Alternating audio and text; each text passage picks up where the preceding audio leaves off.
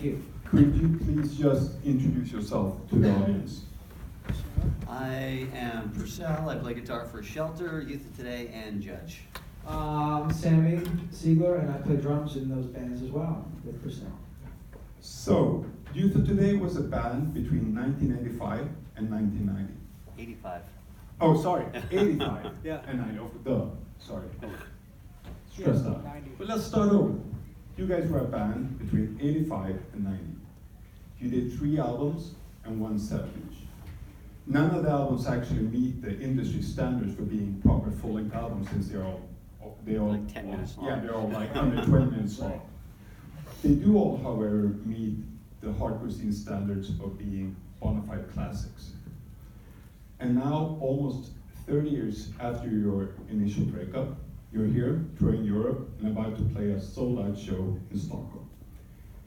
By this time, you've actually been a reunited band for longer than you were a band back in the day. And I want to talk more about that later, what it's like being middle-aged men. In a band called Youth of Yeah, Today. exactly. Well, let's start. A little ironic. Let's start at the beginning. Sure. Just briefly, how did you guys get into hardcore punk, and what made you pick up instruments? I mean, for myself, my dad plays drums and my grandfather plays drums, so I kind of grew up and it was mandatory. I get my wrist slapped playing practice. No, just kidding. But I wanted to play. I was just into it. I was into Kiss. I was like 8 years old and I was into Kiss, and I was like, this is great. I want to get into it. And I had an older sister, and slowly got a Blondie record and a Devo record, and then the Sex Pistols and the Clash, and I was into punk rock. And I started playing really, I was in a band called Noise Police, like when I was 12 years old, that my sister knew these older guys, and we covered Agnostic Front's Power, and that was my introduction to, I think, what year was that? hardcore. This was like 1984 or 85 or something like that. But then I had some other friends that met Walter from Gorilla Biscuit, Youth Today, his younger brother, and he's like, hey, my brother's got this band called Gorilla Biscuits, this was 85, and they needed a drummer, so I started playing with them. And then right there, I was just kind of in. And Gorilla Biscuits, they kicked me out because I wasn't that good, so I joined again later in '91. But I met these guys. I started playing side by side, and Porcell and I, he was like my older brother, and we just started. When Mike left to start Judge, and Youth Today needed a drummer, I ended up getting into Youth Today. So we just were really good friends, and a lot of these things, looking back, just kind of happened very organically. Like, let's do this project, let's do a new project, let's do something that's like really straight edge, let's do something that's kind of heavy, let's do something that's this. And as the scene grew, I think we all grew, and you do a weekend, and you fly to the West Coast, and you tour the U.S., and we went to Europe in '89, and it just kind of evolved. I want to talk more to you later about Sure. being that young, joining a touring band, but how did you discover punk and hardcore? I was also into Kiss, and I got into punk really young. I think I was like 12 years old. It was between 6th grade and 7th grade. And I was kind of getting sick of Kiss. I sort of grew out of it. And someone played me the Sex Pistols record, Never Mind the Bollocks, and they have that song Bodies where they go, fuck this and fuck that. Ever heard that song? And I could not believe that a band would say fuck on a record. It was like so intriguing. It just felt like a little... Because Kiss never did that. No, Kiss never did that. And just for me, I was kind of like a very energetic, hyper, slightly rebellious kid, so that really, really spoke to me. And What to Speak, it was just a great record. So I bought that record, and I just listened to it and listened to it and listened to it. And after that, it's like an Easter egg hunt, because punk isn't like what it is now. I mean, you can imagine, this is like the early 80s. There's no internet. There's no fanzines, really. There's no way to find out about punk. You have to really just kind of like, look around and see what it is, just kind of stumble onto stuff. So from there, I stumbled onto like the Ramones, Devo, bands like that. And just the music and the energy, it really just spoke to me. As opposed to like, stuff that my brother was listening to, which just seemed so stupid. So, you told me about your dad being a drummer. Yeah. But how did you guys grow up? Were you working class, middle class, rich, poor? Your parents were supportive. Were your parents supportive? My dad bought me my first guitar. I grew up in Westchester. My dad was pretty wealthy. We grew up in, I'm not gonna lie, I didn't come from the streets of Avenue A. Yeah, and I just grew up in a suburb of New York City, very wealthy suburb. And I think that's another thing that got me into punk, is my school was a very, very upper middle class high school.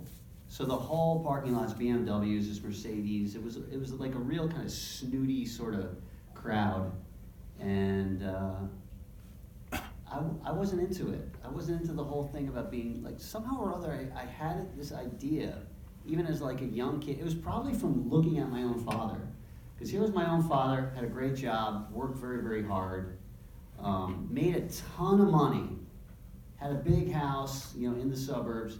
He wasn't happy.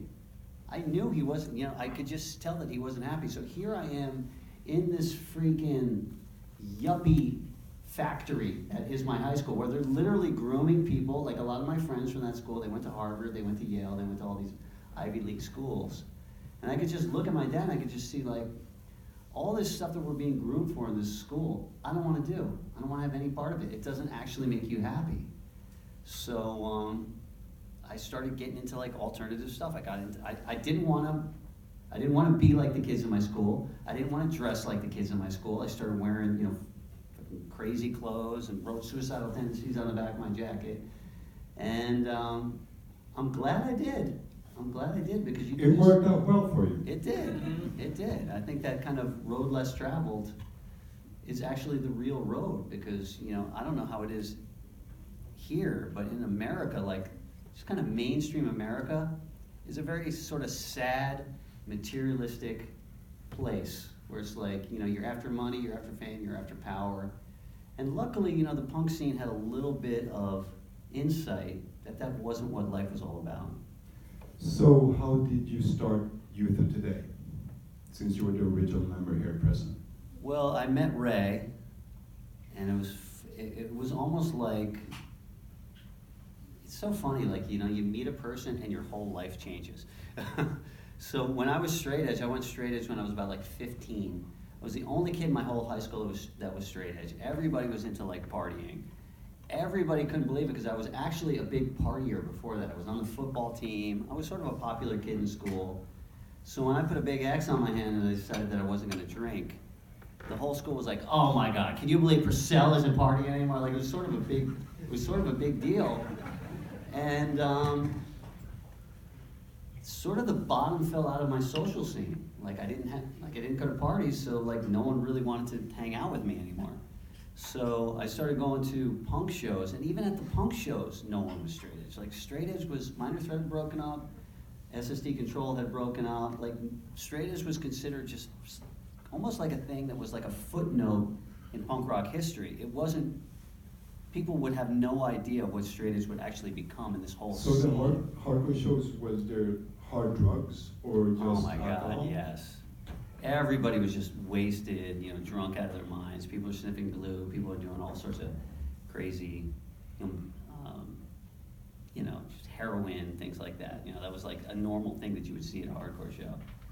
So when I went to this one show in Connecticut, and I also skated, and it's funny too, because anybody's kids skateboard? Skateboarding is such a huge mainstream thing now. I used to get made fun of mercilessly for skateboarding at school. People would ride by, and they would ride by in their cars, and I'd be skateboarding, and they'd be like, "Yo man, get a car, you effing loser." That was the whole like you're older than 10 years old and you're riding a skateboard. That's ridiculous. So even skateboarding was very kind of underground. And so I went to this show, and I rode my skateboard. I had an X on my hand. And there's Ray Capo, also riding a skateboard with his X on his hand. And as soon as I saw a kid riding a skateboard with an X on his hand, I was like, me and him are going to be best friends. And that's just kind of how it played out. It was just like, there just wasn't people that were into that. And I joined his band. He was in a band called Violent Children, which was just kind of like a punk band. It wasn't really, we had some straight edge songs, but it wasn't really like the main focus of the band. But we really wanted to kind of do a band that was all about, straight edge and positive living and healthy living and, things that were like rebellious in the punk scene, because the punk scene was just so antithetical to that. So, yeah, that's how it just kind of started. And Sammy, you were about 14 years old when you joined Youth of Today. Yeah, 87. How was that joining a touring band that already had released 2 albums and had like a reputation? I was a fan, so it was really like a dream come true. Like I would like mosh in my room, sing along to, Break Down the Walls. Like I loved, Can't Close My Eyes, 7 Inch, and Break Down the Walls. And I was playing side by side, and we would open for them, and they were just like, you look at those pictures in the back of Break Down the Walls, like Porcell is like a giant, Yeah, little did he know I'm like this tall. And Ray was giant, but I was like this big, so they really were like these superheroes. And all these characters, to me back then, whether it was Pete Sick of it all, or Tommy Carroll, or Ray, or Porcell, they were all just like different superheroes in their own right. Ray Bees. Ray Bees, Roger Ray, and then Harley, like John, Blood Clot, like all those, like they're all like superheroes. It was crazy. I was just 13, 14, but yeah, it was interesting. Walter played bass in Youth of Today, and he was really good friends. He was like really tight with Luke, who plays drums in Gorilla Biscuits, and Porcell and I were really tight. And there was sort of this tryout that got set up where like Walter was sort of jockeying for Luke to join, and Porcell had my back to join, and I ended up getting it. And then again, it was a dream come true. We played a show in Pennsylvania, I think in '87. I had a fever. It was my first show. I was totally nervous. I was sick. Took that picture on the back of the We're Not Soul on Record where I'm just like. That was your first show. That was my first show, and then I think like a week later. You looked so tiny. I was tiny. I was little, and it was a good gimmick for a band named Youth of Today to have this drummer that was like 14. Yeah. I will say this though. Even when Sammy was 14, he was a good drummer. Yeah. I mean, we were actually looking for a good drummer. We had Mike Judge in the band. I love Mike Judge. He added so much character and so much color to the band, but he wasn't like a great drummer. So the next drummer that we were going to get, we wanted to get someone who could actually play. And I remember I went to a sound check, side by side, played CBGBs, and we were kind of like searching around for a drummer. I was like, let me check out this Sammy kid. And I stood behind the drums, and Sammy was sound checking with side by side. And I was like, damn, this kid can actually play. So Sammy was a good drummer. It was, thank you. I'm listening back, to be honest, those recordings, the first thing I recorded with Youth Today was a redo of Can't Close My Eyes. So it was like, go to Don Fury's studio and just record a beat for the beginning of I Have Faith. Can't get me down, I've seen the light. And so I was like trying to do every fill I could possibly do in that part to just try and show off and be good. But it's really, if you listen to it, it's really not great. And then we recorded Run on Salone, which has its own issues. That's a whole other story and interview and thing. But thank you. But yeah, looking back, it's interesting just to hear us play and this and that. But yeah, we went to the West Coast and we opened for, it was 7 Seconds Uniform Choice at Fenders. And that was like my second show in front of a lot of people. And those shows were huge. It was probably like how many 1,500 people. It was felt bigger than it. That big back then? No, not really. Like we didn't do, I was talking to somebody about this the other day, like, side by side maybe played like 20 shows total. We never, Judge only toured the US. We never went to Europe. We did like a tour and a half or something. Like, we didn't do what bands do, now. So it wasn't that, the shows we play, bowling alleys and restaurants, pizza places, 50 people, 20 people. But then every once in a while, we went to Europe in 1989 and we played Milan at this airport hangar, and it was massive. It varied. So, give or take a few minutes, Youth of Today only released roughly an hour worth of music, 38 songs. Still, these songs maintain their influence on the current hardcore punk scene. Why do you think your songs are still relevant? Or to put it in a hardcore way, why is your music still crucial? You want to know why? I really think like truth is truth. And like you could say something that was true, and it's kind of like 2 + 2 = 4. 2 + 2 = 4 is going to be true in the freaking 1800s, Revolutionary War times. It's true today. So I think Youth of Today really champions some of these like basic truths. Treat other people right. Unite. Don't fight with other people. We really kind of took these topics that were really kind of disregarded in the hardcore scene. I mean, the hardcore scene was really just all about, at least at the time the Youth Today started, it was all about macho, tough guy posturing. And every band was just like, fuck you, I'll fucking kill you, you know. It was all that sort of like ego thing. And so Youth Today came out with something a little bit different. And I think it was just, you know, basic things that kind of anybody can relate to or apply to your life and get a good result. But where did this positivity come from? Because if you compare with, like you said, other bands, take Judge, for instance, that you both are members of. Judge has a way more negative, violent, aggressive approach. Yeah. While Youth of Today was always focused on the PMA, the positivity. Where did you find this energy to be positive? I mean, I think a lot of it comes back to Capo, to Ray. You know, I mean, although we're all hardcore in New York, you know, straight edge, I mean, everyone has their own individual stories. You know, Mike is angry for his reasons, you know, and Sid approaches it the way he approaches it, and so forth and so on. But, you know, Ray Capo is one of the best, and he's just like a lightning rod. And I think he just has this ability to take the high road and to kind of see the whole big picture. And I think, you know, a lot of it's attributed to his just vision of, you know what, they had this, they had, you know, we just might fight. And then they changed the lyrics to Time to Forgive.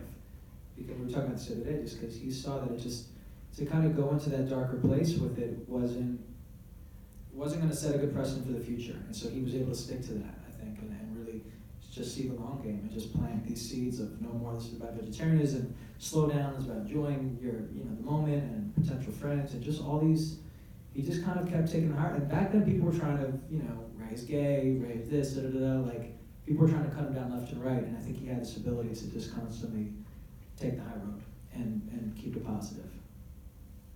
Yeah, you know, it's a good point that, you know, especially, you know, crediting Ray for understanding that music is such a powerful thing. I mean, I wouldn't be the person I am today if it wasn't for Minor Threat, if it wasn't for 7 Seconds, if it wasn't for, you know, all these bands that really kind of touched my heart when I was an impressionable teenager. You know, I could have, like, when I was like 16, I could have gone anyway. Like, if I was influenced by, you know, more just kind of like really negative music, it might have put my whole life on a different path. So I think even like, you know, even at an early stage of Youth Today, like he mentioned, we had that song, We Just Might Fight. And I think Ray kind of understood, like, hey, we played the song and fights break out. Like, this isn't what we're all about. And, you know, even the song Break Down the Walls, we wrote that song in like 1987, before the straight edge scene even really got big.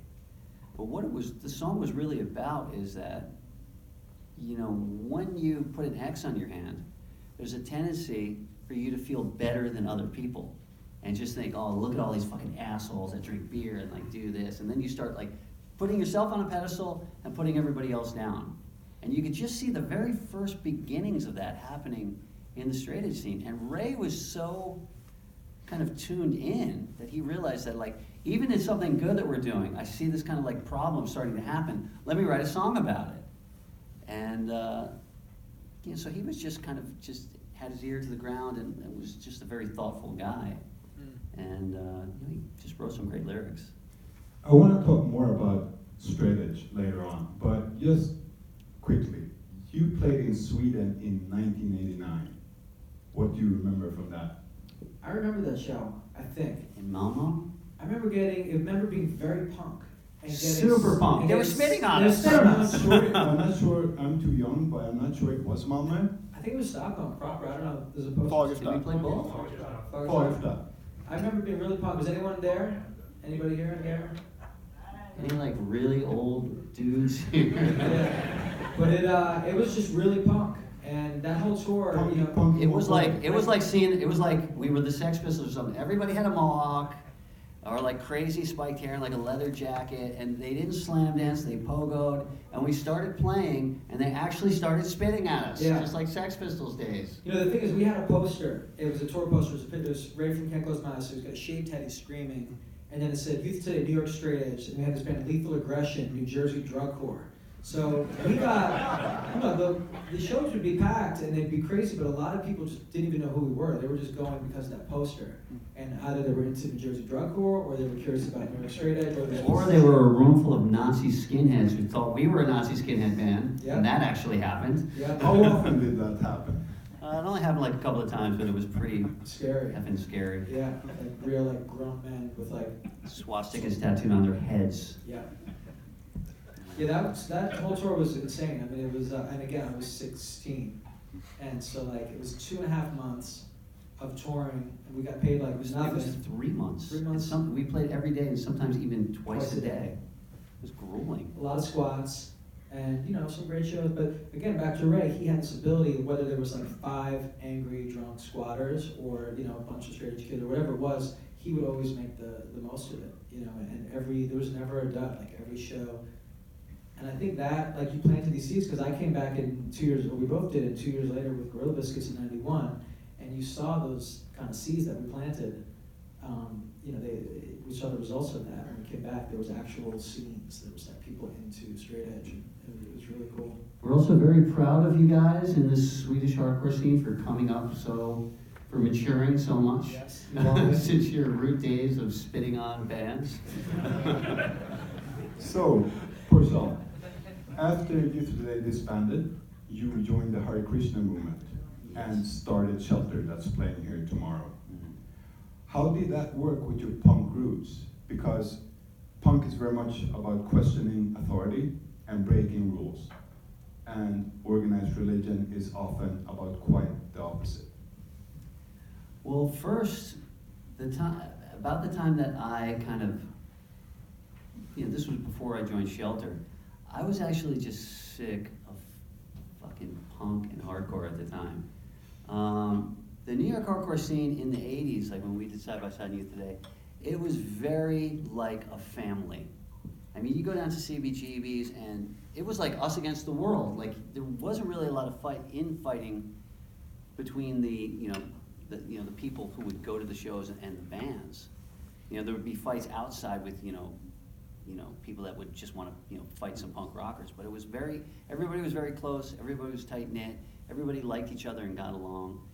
And in the early '90s, that kind of went away, and a lot of kids were just attracted to the violent aspect of the dancing, and they started coming into the scene, and people started getting beat up, people started getting knifed, people, like one time CBGB's was closed for a week because someone pulled out a gun in a war zone show, and it just wasn't really the same scene that I had come up in, and so I was just very frustrated and turned off by just hardcore and punk in general.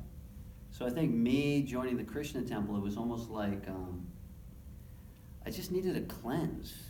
Anybody like ever just eat like crap for 2 weeks and it's just like, damn man, I just gotta drink some green juice for a few days. That's what it was like. I just had to get out of that crazy environment, and I just kind of wanted to just recalibrate my GPS, so to speak, and just really figure out who I was and where I wanted to be above and beyond this like crazy music scene that I was involved in. And what's your relation to the Krishna movement today? I'm a card-carrying member of the Krishna movement. I mean, it's not like, it's really, I don't see it as like whatever, I join some kind of Eastern religion or something like that, because I just, like I said, before, just about, truth being truth, I just kind of like gravitate towards, anybody has something to say about coming to a higher place in life. I'm always like ready to bend an ear to that. And I just think that, in that kind of Indian philosophy, I really found that, where people were talking about not only evolving, like, in the Western cultures, we have this idea of, I call it evolving horizontally, like materially. Like people think you become evolved if you finally get that right job, if you finally find that attractive girlfriend, if you finally start making, X amount of money a year, and then you're kind of like settled and you're good, and you've made some progress in this world. But really that stuff is, not only is it temporary and very flickering, but it's also not satisfying to your heart. We can see people have tons and tons of money, even like my dad. He had tons and tons and tons of money, he had the American dream, he had the white picket fence, big house in the suburbs. He wasn't like fulfilled in the heart. So I'm always interested in coming to a higher place vertically, which means, you know, instead of thinking about progressing materially, I think, you know, how can I become more compassionate? How can I become more kind? How can I, you know, come to a higher place of consciousness instead of a higher place materially? So that really struck a big chord with me. That has nothing to do with India or Eastern philosophy. It just speaks to the nature of the human condition and just what people are kind of searching for in this world. So I never thought of it as, you know, kind of going down some kind of like sectarian route or joining a club or joining a certain religion or something like that. I just thought of it as just me, just kind of like on a search for truth to, you know, figure out what life is all about. So, and I think sense too from Ray, I don't want to speak for him, but just he's always been someone who's just sort of searching and curious and looking under this rock and under that rock and what is this and what is that. And when hardcore kind of became, you know, went from being like there was only pockets of a few straight edge people and it wasn't really that like organized to, you know, you'd go to shows of the Anthrax in Connecticut and it would be all straight edge kids that all looked the same. They all had the same sneakers, the same hoodies, and it kind of lost some of that like think for yourself, maybe the cool punk aspect of it, I guess. So I could see for Ray just being curious and wanting to take a left turn or a right turn and kind of search and see what that is. I think when he found Krishna, he just kept going. From my perspective, looking at you guys, it just seems like a good, you know, at the time just a challenge to, can you do this? Can you chant these rounds? Can you get rid of all your material possessions? And, you know, you guys went for it. It's cool. So, back to Youth of the Day. You weren't actually formed in New York. Ray was the only one that was from Connecticut. Everybody else was from the suburbs of New York. The other guys were from my school, so we were all from Westchester. And you're also, but okay, so you consider yourself a New York hardcore band from the actual beginning. I mean, when I think of New York hardcore, I think of you're living on frickin' Avenue A and you're hanging out with Vinny Stigma.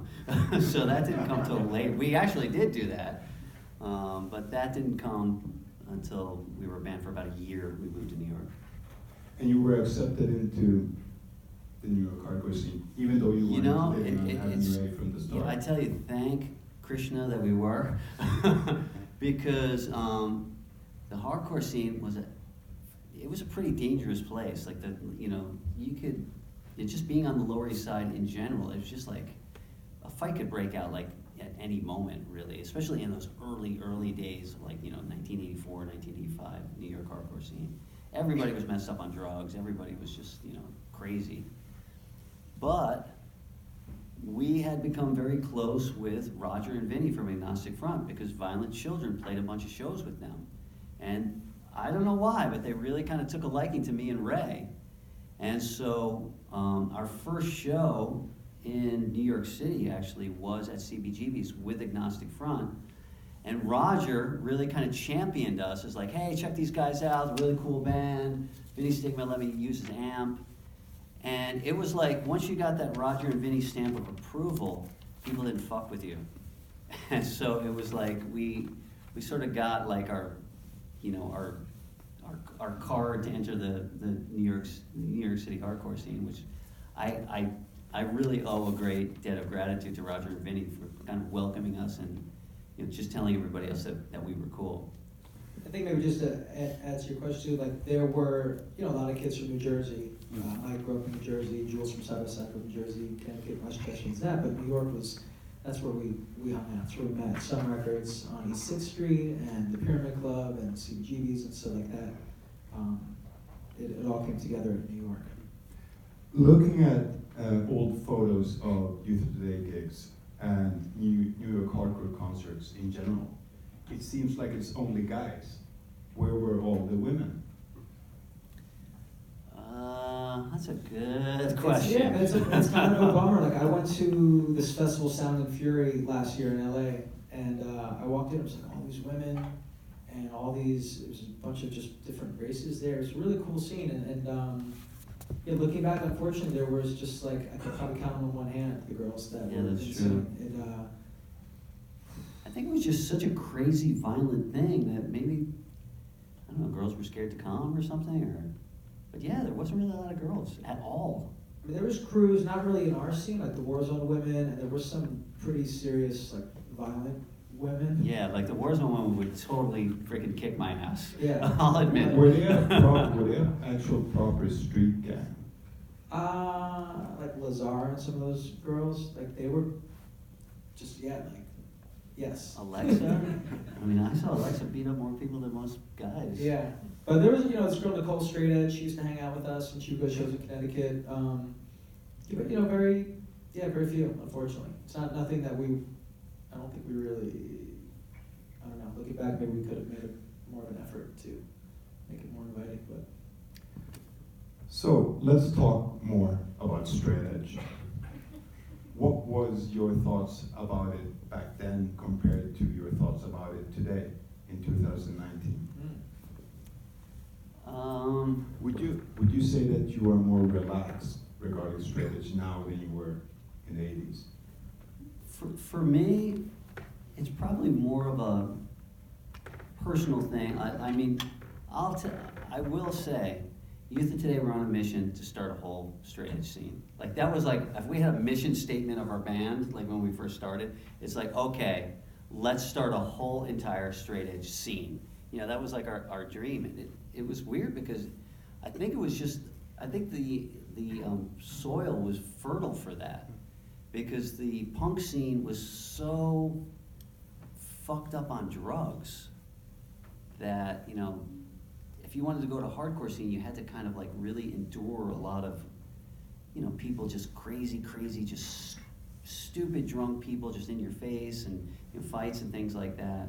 So I think people just naturally I think it was just like an idea whose time had come. Like people just, as soon as we came out, as soon as we started, touring very seriously around the country, it really just kind of took off.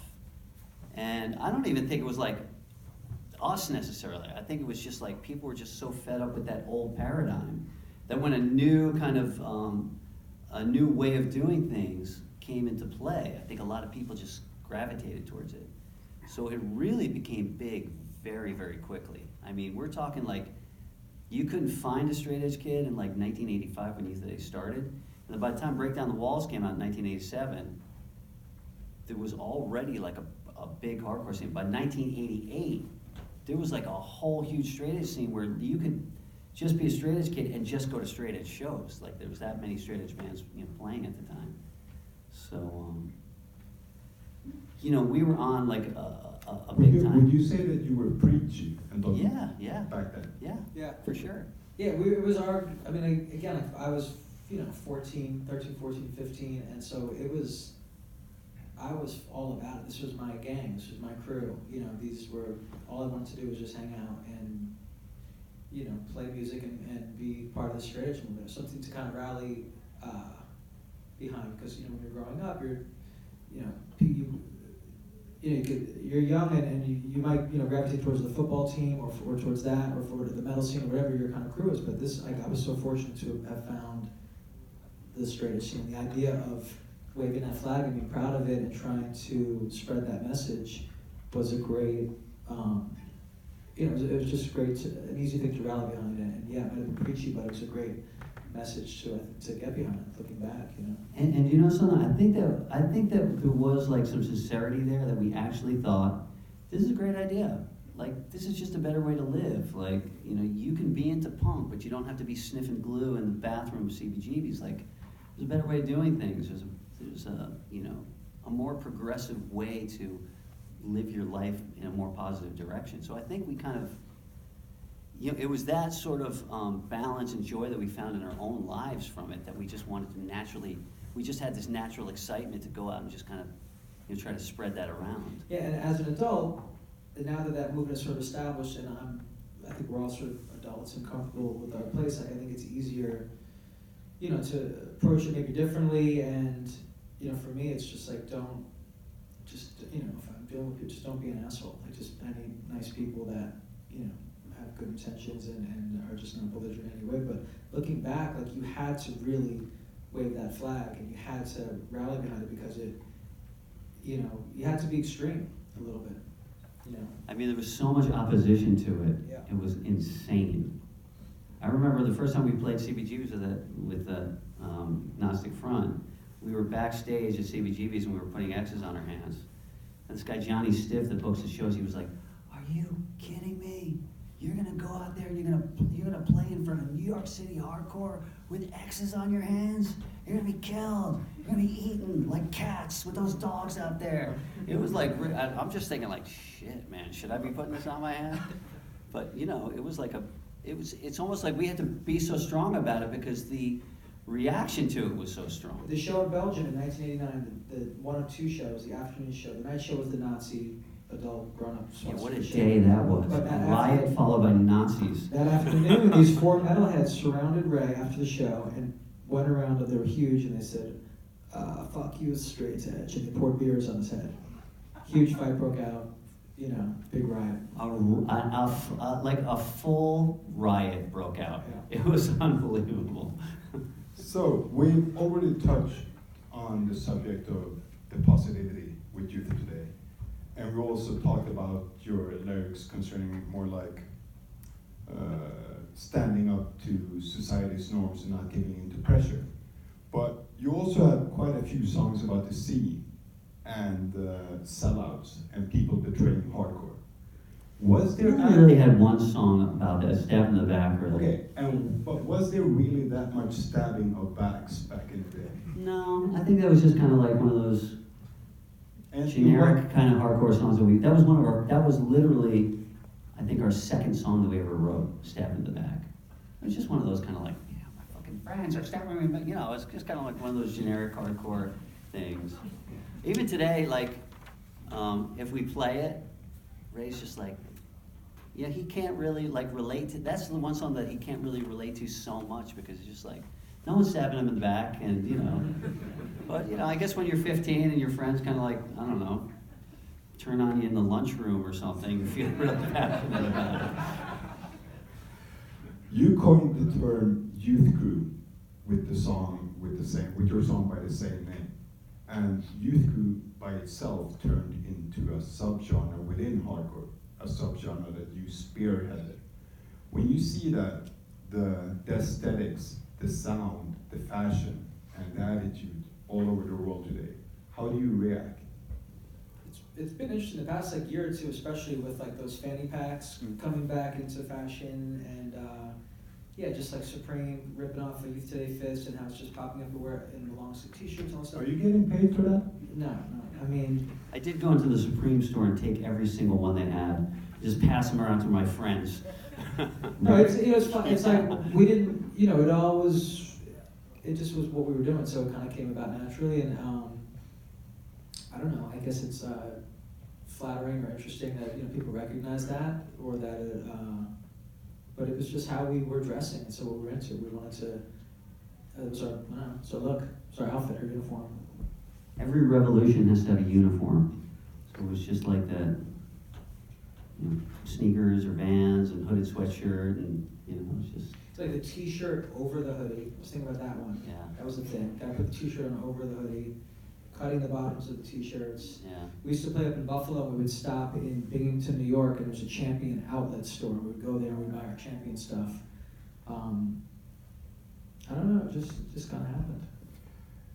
Youth crew, the genre, often gets labeled as being macho, and critics say that it's bro hardcore, played by jocks for jocks, and really has nothing to do with punk. Do you have an opinion about that? I wouldn't say it's like jockey. They may look like jocks because they have basketball sneakers on, but I don't really see those bands acting macho like jocks. I mean, we just played with it was one band from South Korea. They were like a South Korean youth group band. Like the nicest kids you'd ever meet. Youth of Today's more so. I think it's interesting that we played this Beach Goth Fest last year with The what? It was called Beach Goth in Los Angeles with like, Makes total sense. but it was like Yellow Man and shit. It was a really eclectic bill, but like we get these weird offers where we play bills with like a rapper, like a metal dude, you know, and And you know, It again, won't be the token hardcore band. yeah, but like we toured with Lethal Aggression '89, not by design, it just happened, but it kind of made sense. Like it's sort of, I feel like youth today more so is more punk and kind of eclectic, whereas some of the later bands to follow might be a little bit more, you know, formulaic. You know, or bands that came after, but I mean, it was never really jockey. I don't think. So, like I said in the beginning, by now, Youth of Today has been a reunited band for longer than you were around back in the day. So, how long can you do gigs and tour without writing new material? You know, Judge and Shelter are actually writing new material, and I think that kind of makes more sense than, you know, it's tough because Youth of Today was like, it was such a time and place thing. You know, it was just like that youthful energy of us when we were like 19, fostered by the scene that was like so anti-straight edge, and you know, it really made us be very, very strong and very bold. It's like, it would be so hard to kind of capture that thing because it was just like a little bubble in time that really formed Youth of Today. Could you write Youth of Today music in 2019? I mean, I could write a whole album of that stuff in probably like, you know, whatever a day, but.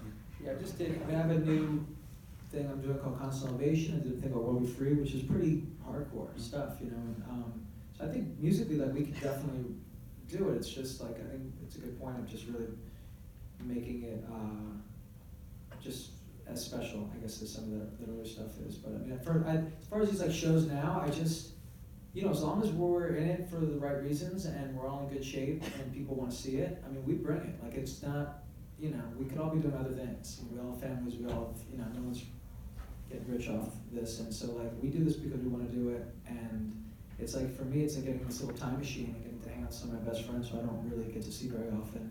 And I get to play music. And, like, I play all kinds of music, but I'm good at hardcore, you know? So I'd like to, for me to be able to play hardcore music with some of the best dudes in it, you know, like, it's great. I'll keep doing it as long as it's sounds good. And yeah, man.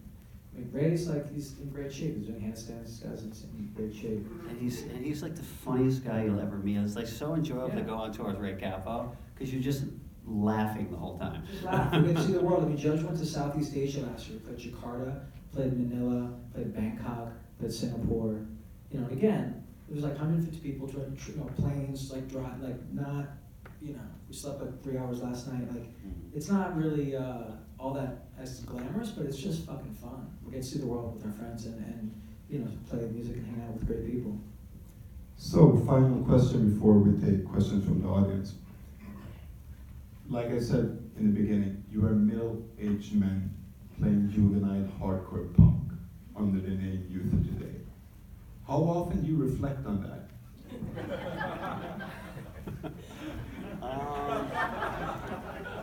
You know, I really see it as, you know, I get very, very excited when I see 18-year-old kids coming up on stage and singing along and like stage diving, because it really, it makes me realize that, you know, the stuff that we were saying 30 years ago, you know, about peer pressure in school, all kinds of stuff like that, it's still relevant today. Like, kids are still going through all that stuff today.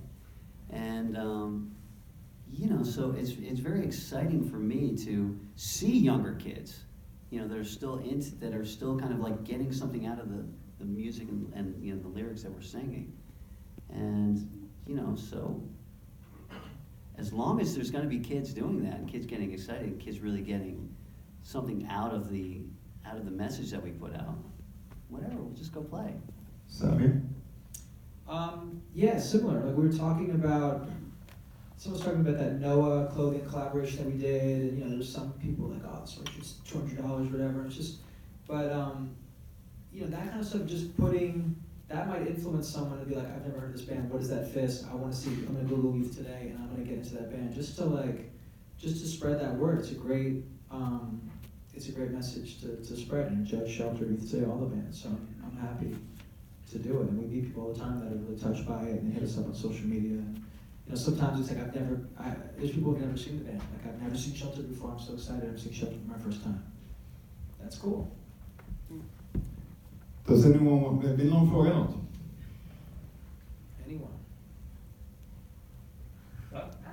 Yeah. Kan du skrika högt? Jag kan försöka. Judge question. Back in 1989, you guys recorded Bringing It Down at Chunking Studios.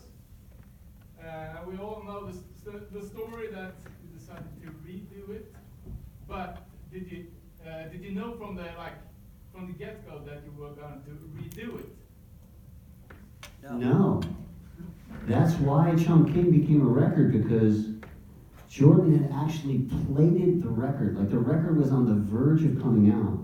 And then I was with Mike, and we were talking. We were trying to like get excited for the record to come out. Like, really, the production was almost done. A record would have been out in like, a month. And we're just kind of like, yeah, the record's coming out. I was like, yeah, I'm really excited about it. Mike's like, yeah, I'm really excited about it. And then we just kind of like came to this mutual conclusion that we're not psyched at all for that record to come out. Like, we didn't think that was our best foot forward. We didn't like the recording. We didn't like the whole recording experience. We didn't really feel that it properly represented the band. And so we were just super bummed out. And we just we had this crazy idea. Let's freaking halt the presses. Let's throw away all the thousands of dollars that we had spent on it, and all of Revelation's money, and let's just start from scratch. It was actually crazy. But we went to Jordan and we asked him, and Jordan said, I mean, obviously he didn't want to do it, but he said, okay, let's just do it, we'll re-record it. So, yeah, we didn't know, it wasn't like a decision right after we recorded it. We went to that studio with the intentions. We'd heard of the studio at Chungking, where like Slayer recorded and Beastie Boys, and we wanted to make a real record, which we thought was. And we didn't have enough money. They were giving us interns, and we were different people every day, and we were working from like, they would give us these like 11 p.m. to 6 a.m. slots, so working through the night. And then when we got it back, it just wasn't what we thought it was going to be. So. Yeah, I mean, we went there, really expensive, studio, because we wanted a big sound. And we got a worse sound than we could have gotten at Don Fury's studio. So the craziest thing, which I can't figure out, was why we went back. That was really stupid of us. So like after that, we went back and we recorded Run Salone there. And I think Gorilla Biscuits went there. They did. And they scrapped it. They started to do Start Today there, and then they went to Don Fury's. But We got another question over there, I think. I have a question for you, Porcell. You still playing ball? Not really. I was never really a member of Bold. I'm just really good friends with Tim. Tim went to my high school. I've been friends with him since, whatever, I was like 17 years old. So doing Bold for me was half playing in Bold and half just getting to hang out with Tim. Very cool. Yeah, I think it's just TC3 is playing just single guitar in Bold now. Någon fler? Ja? Let's talk about rabies. yeah, he's the best. What do you want to know?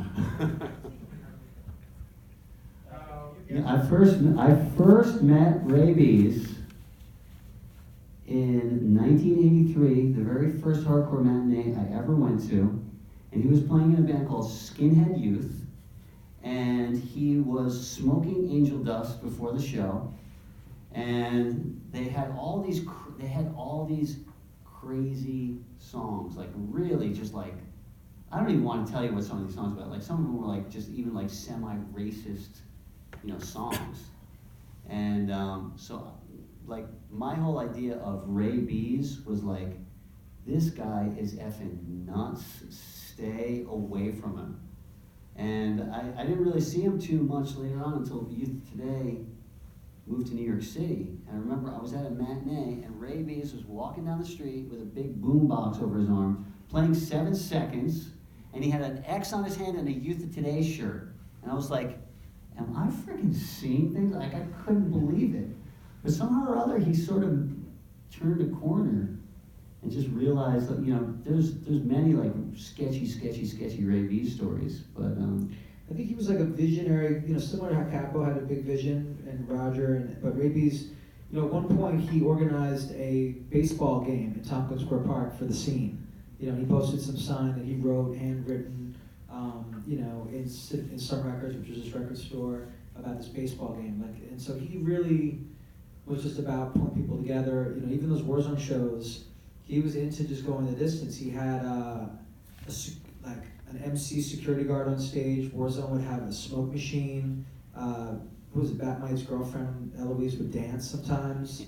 Like there was a whole production level, and I remember like Luke was playing drums in Warzone. He was just telling me like I would go to the rehearsals, just the amount. You know, they would rehearse like set up like a show, like it was very professional. And so I really appreciated Ray B's vision for wanting to strive for just the next level show. At the same show that they had the smoke machine, Ray B's wore like 20 t-shirts. Remember that? And every song he'd take off a t-shirt, he'd have a different t-shirt on. He was a character, but you know what's great about Ray B's? He always kind of championed unity, and he was very, very into this kind of young, burgeoning scene that was coming up, like Youth Today, Gorilla Biscuits, Straight Ahead, Side by Side. You know, a lot of the older guys weren't, it wasn't like they hated it, but they were just disinterested in it, and they wouldn't come to any of those youth crew like shows. But Ray B's was really like one of those old guard people that sort of saw this new scene as something really cool and really refreshing and had a lot of good ideas. And so I'll give him credit for that. He really sort of was a very influential player in that whole scene, even though he was like, you know, from the old school scene. I want to ask you one final question before our time is up. With the song No More, you brought vegetarianism into the hardcore scene. How was that received back in the day? Did you get a lot of shit for it in New York? You know, it was weird because we thought we were going to get a lot of shit for it. We thought like, man, you know, we already kind of said the straight edge thing, and like, you know, people have to change their lives, you know, it's a big step to like go straight edge if you've been drinking. Then we saw like, are we just like putting out too much? Like now people got to stop eating meat. Like, are people gonna like, how are people gonna react to this? But it was actually really positive from the beginning.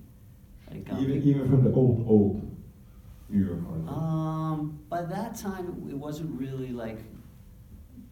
By the time that we put out We're Not in This Alone, it was almost like that new scene had become the scene. So, you know, there was always like Agnostic Front and Chromax and stuff like that, but they were like constantly touring and they weren't really even in New York a lot. But I was surprised it was very well received. Like people were very curious about it and very interested, and a lot of people went vegetarian, you know, even like, you know, right in the beginning. So, there was pockets too of like, I guess it dates back to maybe the Krishna scene of like the people that worked at Ahimsa. Like there were these health food restaurants and health food stores, not many, but you know, where some of the, who was it, like John Watson or some of the older dudes used to work at or go to. yeah. So there were, you know, a lot of us ended up working in health food stores. So there was like, you know, you could see it coming together, but I think that song No More really put the exclamation mark on it and, you know, launched it. We made this video. It was a really silly skit that we made for the video that never came out. I don't know where it is, but it's pretty. I would love to see it. It's really embarrassing and Could you amazing. reenact it for us now? It's Tom from Boiling Point fanzine about to eat a hamburger, and I think Ray puts his hands on his shoulder, or you put his hand on his shoulder and just go like this. And then Walter goes, was that? It's in the video, but it was actually like a skit that we had before the video. And Ray, like Walter goes like, what's wrong with that kid? Ray's like, it's his lust, it's his passion. Something like that. It's really good. It's out there somewhere. Okay. Christoffer, Ja. in the 90s we thought that the Swedish hardcore scene was like so huge and amazing. When did you first hear about the Swedish scene? You were there. The very first time was Shelter played Umeå, and we couldn't believe how far up north in Sweden was. We were like, how can there possibly be a scene in a place where like it's dark all winter and like light all summer? That's my hometown. Oh, is it really? You I know, was there. we got to the show, Refused opened up. It was one of Refused's first shows, and they were freaking incredible. They were incredible. Dennis was such a good front man, even in those early days. It was really cool. And I remember getting to the show, and we didn't think anybody was going to be there. We'd never ever heard of anybody playing Umeå before. And we got there, and there was like 800 bicycles outside the club. You know, people don't ride bicycles in America. I remember you talking about, or Ray was talking about that after the show, that he was amazed that nobody locked their bicycles. Yeah, and they were unlocked. We were like, we should take some of these, bring them in the van. Yeah, I remember that show. It was 700 people there, Yeah, and it was the capacity was actually only 600, but they let people in the back door. That's awesome. Yeah, it was an incredible show. Refuse were incredible. We became, friends with them. And it's always been a great scene. I always loved playing, and especially Umeå. Oh, thank you. Yeah, thank you very much. Thank you. How was the movie, by the way? We didn't get to see the movie. Was it good? Ett meddelande från Debase bara. Twin Peaks börjar klockan 8 och Youth of Today klockan 9. Okej, tack.